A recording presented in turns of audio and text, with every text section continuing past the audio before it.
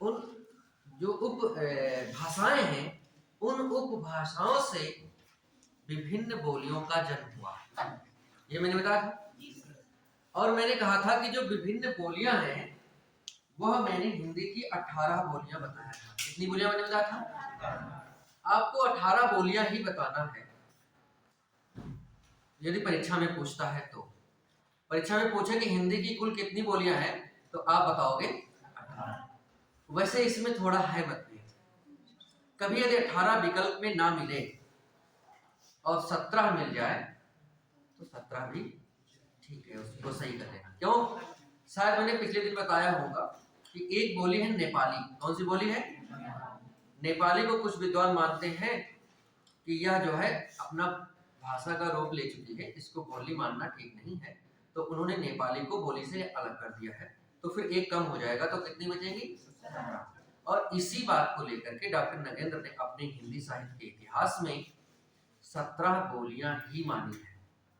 कुछ किताबों में और भी है, लेकिन उन किताबों का मैं नाम नहीं लेना चाहता हूँ क्योंकि वो बहुत है तो ठीक, लेकिन बहुत प्रमाणिक नहीं मानी जाती है, तो उनका मैं नाम नहीं लूंगा कि उसमें भी 17 लिखा गया है। हाँ, एक चीज का मैं नाम लूंगा, जो 2019 में 2016 की पीजीटी हिंदी की वैकेंसी थी, तो पीजीटी का जो पेपर हुआ था उसमें पूछा था कि हिंदी की कुल कितनी बोलियां हैं, तो उसमें 18 विकल्प में ही नहीं था, उसमें कितना था? 17 ही सही माना था आयोग ने।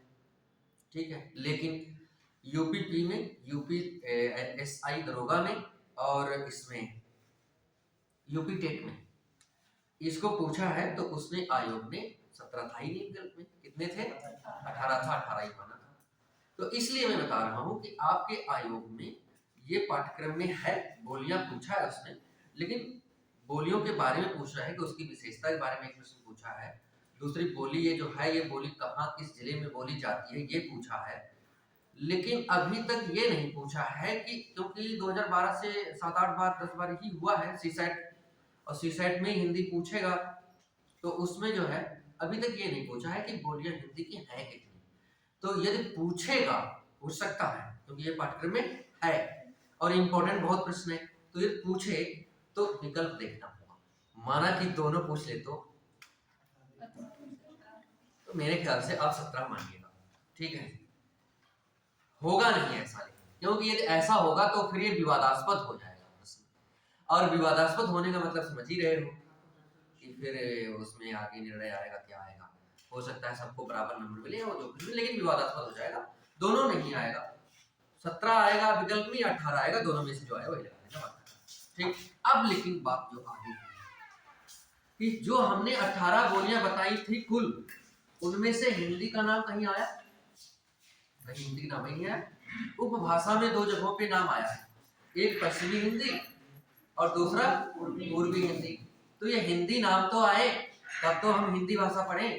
तो ये हिंदी का नामकरण कैसे हुआ, इस पर भी प्रश्न परीक्षाओं में आए हैं, इसलिए हम उस पर भी चर्चा कर लेते हैं 5-6 मिनट।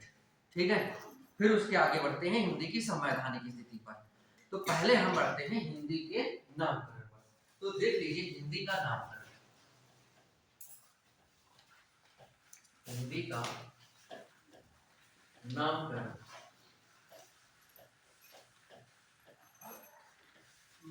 हिंदी के नामकरण में कि हिंदी नाम आया कैसे, इस पे मुझे चर्चा करनी है। तो एक बात यह है कि इसके बारे में भी विद्वानों में बहुत मतभेद है, लेकिन जो सर्वमान्य तथ्य है, जो परीक्षा में आपको उत्तर देना है, उस पे हम बात करेंगे। ठीक है, संक्षेप में।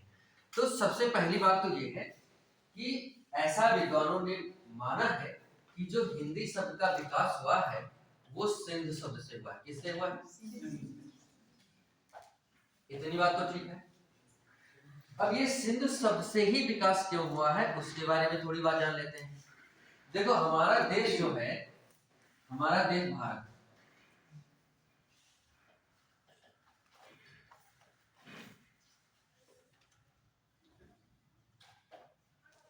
माना कि कुछ इस तरह है,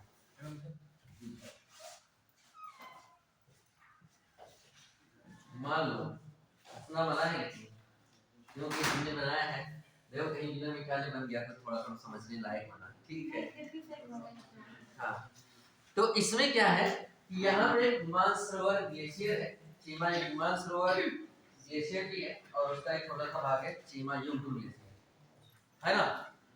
मानसरोवर पर्वत श्रेणी भी है, वहां पे मानसरोवर एक झील भी है ना। तो झील प्रसिद्ध ज्यादा है, तो उसी झील के पास में ही जो एक चीमा युगडू ग्लेशियर है, उस ग्लेशियर से एक नदी निकलती है जिसका नाम, यहां से मान लिया ऐसे एक नदी निकलती है और ये जाकर के अरब सागर में गिर जाती है। ठीक है, कुछ इस तरह से मान लो, बिल्कुल सही नहीं है। ये अरब सागर में गिरती है, इसका नाम है सिंधु नदी, यही तो है।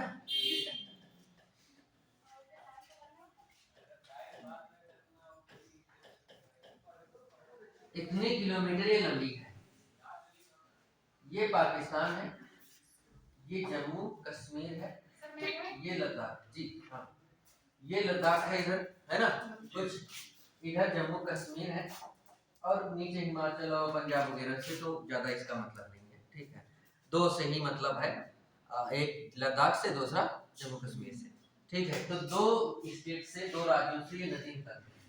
इतनी बात तो ठीक है।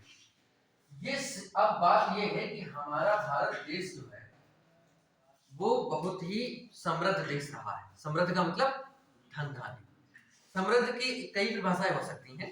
खूब पैसा हो, एक ये भी हो सकता है कि समृद्ध हो, खूब खुश हो, है ना। एक ये भी हो सकता है कि मान लिया कि कोई चिंता नहीं, मस्त एकदम हो, चाहे कुछ ना हो। तो होता वही है, सबसे ज्यादा जो ऊपर होता है उसी को समृद्ध बोला जाता है। हाँ, सामान्य परिभाषा वैभव तो वही है उसी का, जिसके पास धन अधिक है ना। तो कई परिभाषाएं हो सकती है, लेकिन वो वाली जो बताया आपने वो ज्यादा प्रचलित है। तो यहाँ पे सब तरीके की बातें थी। अब देखो, एक ही बात है, इन्होंने कहा, हम भी समझते हैं, आप भी समझते हैं कि आदमी के पास धन है तो समृद्ध है, अब ऐसे बनावटी खुश हो तो खुश रहे, कोई दिक्कत नहीं है। ठीक है, लेकिन जहां पे तीनों बातें हो तो फिर वो ज्यादा खुश है। तो हमारे देश में तीनों बातें थी, धन संपत्तियां भी बहुत थी, सोने की चिड़िया भी थी, है ना। दूसरी बात यह है कि यहाँ पे लोग आत्मा परमात्मा में लीन होकर के प्रसन्न भी रहते थे। नहीं आत्मा परमात्मा में लीन है तब भी गृहस्थ रूप में क्या कहते हैं कि रहकर भी प्रसन्न रहते थे। ऐसा मतलब ऐतिहासिक रूप से भी है, थोड़ा धार्मिक रूप से तो है ही है। ठीक है, तो यहाँ के लोग खुशहाल थे। खुशहाल होने के देखो कई पैमाने हो सकते हैं। शायद जो मैं अब बोलने जा रहा हूँ ये मेंस वाली बातें हैं। ठीक है, मेंस में लिखने के लिए बड़े लंबे चौड़े से आते हैं। तो कहने का मतलब ये, लिखने की बात ये है कि जैसे कि मैंने कहा कि किसी भी क्षेत्र या किसी भी देश या किसी भी व्यक्ति के समृद्ध होने के क्या पैमाने हो सकते हैं। तो किसी भी देश के समृद्ध होने के सबसे पहला पैमाना तो मेरे ख्याल से उसकी भौगोलिक स्थिति होती है। उसकी क्या होती है? भौगोलिक स्थिति होती है। उसके बाद मानवीय संसाधन हो सकते हैं। ठीक है, भौगोलिक स्थितियों के मामले में देखा जाए तो जैसे कि मानवीय संसाधनों के मामले में, जैसे कि मनुष्य, भारत में जनसंख्या खूब है, लेकिन फिर भी हम इतने समृद्ध नहीं है जितने कि अमेरिका और कनाडा इत्यादि देश हैं। नहीं, क्यों? क्योंकि वहां की भौगोलिक स्थिति, जैसे बिहार की बात आती है,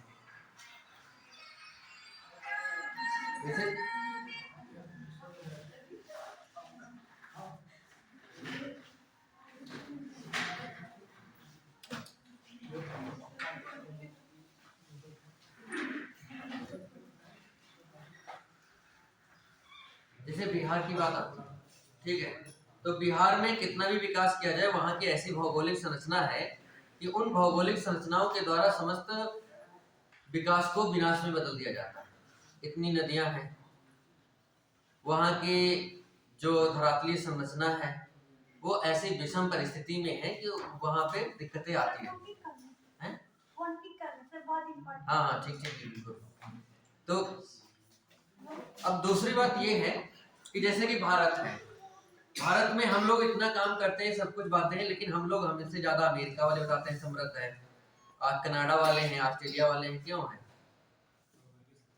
आप ये बात देखिए कि हमारे देश की जनसंख्या लगभग कितनी जा रही है, 140 किलो हो जा रही। और हाँ, अमेरिका जो है हमसे लगभग में 3 गुना बड़ा देश है। लगभग में कितना है क्षेत्रफल की दृष्टि से? 32,87,000 को 263 है जनसंख्या, क्षेत्रफल।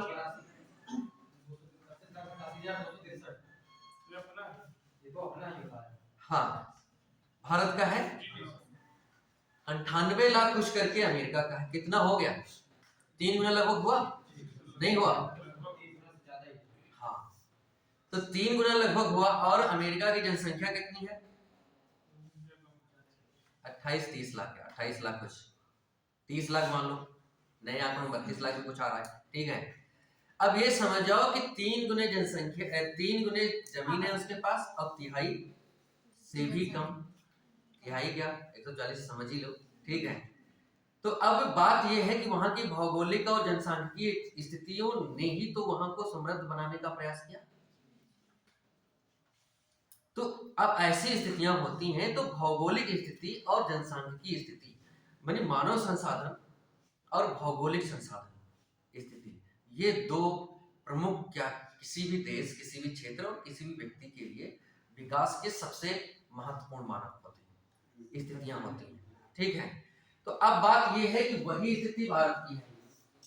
भारत की जो भौगोलिक स्थिति थी वो यहाँ के समृद्ध होने के लिए पर्याप्त थी। हर तरह के मौसम, हर तरह की धरातलीय संरचना और हर तरह के व्यक्ति और व्यक्तियों के स्वभाव, क्रियाकलाप सब थे यहाँ पे। तो जिस माहौल में जैसा व्यक्ति रहना चाहे वैसा रह सकता है, आनंदपूर्वक, खुशी से, कोई दिक्कत नहीं है। एक बात ठीक। तो यहाँ पे अब भारत में समृद्ध देश था। यहाँ पे क्या है, एक फारस की खाड़ी है। कहाँ पे है? इधर दूर जो है यहाँ पे एक फारस की खाड़ी है। अब फारस की जो खाड़ी है उसी के पास में, हाँ थोड़ा सा ऊपर, मतलब ऊपर जगह नहीं थी, ठीक है। इस नक्शे के हिसाब से इसके लगभग में है ना, लेकिन यहाँ पे जगह नहीं थी तो मैंने यहाँ पे लिया, तो समझना है बस। तो यहाँ पे जो है, आप मान लो कि जहाँ पे फारस की खाड़ी है वहां पे अरेबियन कंट्री है, संयुक्त अरब अमीरात है, ईरान है, इराक है, और उसके आगे बढ़ेंगे दूसरे देश में, ठीक है। हमें बात करनी है सिर्फ इराक से। इराक जो देश है वो फारस की खाड़ी के आसपास है, और वो जो पूरा क्षेत्र है वो है अरब के रेगिस्तान का एरिया। जितने भी ये कंट्री है यहाँ पे, ये सब अरब के रेगिस्तान में बसे हुए हैं।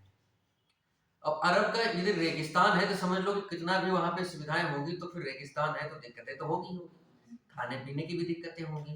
तो वो लोग हमारे देश से प्रभावित थे। जैसे कि हम लोग यहाँ रोजगार के लिए जब जाते हैं तो सीतापुर में कंपनियां नहीं लगी हैं रोजगार के लिए, तो फिर कहाँ जाएंगे? नोएडा, गुड़गांव, इस तरह से जाएंगे बात, जहाँ पे मिलेंगे अवसर। तो उसी तरीके से व्यापार के अवसर कहाँ पे मिलेंगे? जहाँ पे लोग समृद्ध होंगे, है ना। तो भारत एक समृद्ध देश था, तो लोग यहाँ आते थे, व्यापार करने के ही उद्देश्य से आते थे। हमारे देश में जितने भी आक्रमणकारी आए वो आए व्यापार के ही माध्यम से। नाम उनका व्यापार का ही था। जब यहाँ आए तो देखे यहाँ तो बढ़िया मौका है, तो फिर मौका है तो फिर मौके पर फिर चौका लगा। तो यहाँ पे क्या किए ये लोग, हाँ चौक जगह पे मार दी छक्का। मतलब पूरा, मतलब कि जैसे कि वहां पे जा करके रहने लगो, ये तो चौका हुआ, और फिर गुलाम बना लो अपना, ये छक्का, ठीक है। 2 छक्का मार दिए सीधे आकर। तो कुछ भी कारण रहा, तो ये मेरे ख्याल से आए ये लोग व्यापार के उद्देश्य से। ये सारी बातें आप पहले जानते थे क्या? इधर से आ नहीं सकते, आएंगे तो कितने लोग आएंगे? इधर से पानी भरा है, ये है अरब सागर और ये है बंगाल की खाड़ी। ये पूरा जो क्षेत्र है वो क्या है? हिमालयी क्षेत्र है। हिमालय को पार करना तो आज भी दुर्गम काम है, तो तब कैसे पार करते हैं? मुश्किल था ना, तो इधर से आएंगे नहीं। ये यहाँ पे रेगिस्तान है, थार का वनस्थल है, तो यहाँ पे भी आना मुश्किल है। भाई हाथी, घोड़ा, रथ, पैदल है, जितने लोग आएंगे, या मतलब व्यापार के लिए आएंगे, तो 20 घोड़े लेकर के आ रहे हो कुछ सामान, तो अपने लिए पानी और 20 घोड़ों के लिए पानी, 4-5 दिन इसको पार करने में लगेगा, तो 4-5 दिन में कितना, क्या कहते हैं कि पानी की जरूरत होगी, है? तो इसको पार करना बड़ा मुश्किल, ये 2-4 लोग पार भी कर गए तो क्या फायदा उससे, वो कितना व्यापार हो पाया है। तो इधर भी पार करना मुश्किल, ये यही रास्ता है। ये सिंधु नदी मान लो कि हम लोगों के देश के लिए वरदान है या अभिशाप है, कुछ भी मान लो, इसी देश से सब व्यापारी ज्यादातर आए, आक्रमणकारी भी ज्यादातर इसी से, ठीक है। और तो आए तो बहुत से आए, तुर्क आए, इसके पहले और भी आए, अरब आए, है ना। सबसे पहले अरब आया ना, मोहम्मद बिन कासिम 712 में, ठीक है। तो ये सब आते रहे इधर, कोई बात नहीं है। ईरानी आए, तुरानी आए, अरब आए, तुर्क आए, बहुत से आए। और उसके बाद भी, और उसके पहले भी आया था, एक सिकंदर भी आया था, नहीं आया था। और उसके फिर इसके बाद में फिर और भी आए, पुर्तगाली आए, डच आए, फ्रांसीसी आए, अंग्रेज भी आए, है ना, ये सब आए। तो यूनानी आए, सब आए, लेकिन किसी ने ज्यादा नाम रखने के चक्कर में नहीं पड़े। ना अरबियों ने नाम रखा इसका कुछ, ना ईरानियों ने, ना तुर्कों ने, ना किसी अन्य ने। मध्यकाल में जो ईरान के जो लोग थे वो जब आए, तो ईरान कहाँ पे है, फारस की खाड़ी के पास। और ईरान और फारस की खाड़ी के पास जो है, तो ईरान के लोग जो भाषा बोलते हैं उसको कहते हैं फारसी। क्या कहते हैं, फारसी। फारस की खाड़ी के पास है तो इसलिए फारसी। जैसे कि बंगाल की खाड़ी है, उसके पास में रहने वाले जो लोग हैं तो बंगाली भी है, बंगाली की भाषा भी है। ऐसे ही कुछ समझ लो, ऐसा ही है वहां पे कि फारसी जो है, ईरान के जो लोग हैं वो फारस की खाड़ी के पास में उनका देश है, तो वहां की जो भाषा है वो है फारसी। तो जब ईरानी लोग यहाँ पे आए, कौन से लोग, ईरानी लोग, तो ईरानी लोग जब यहाँ पे आए,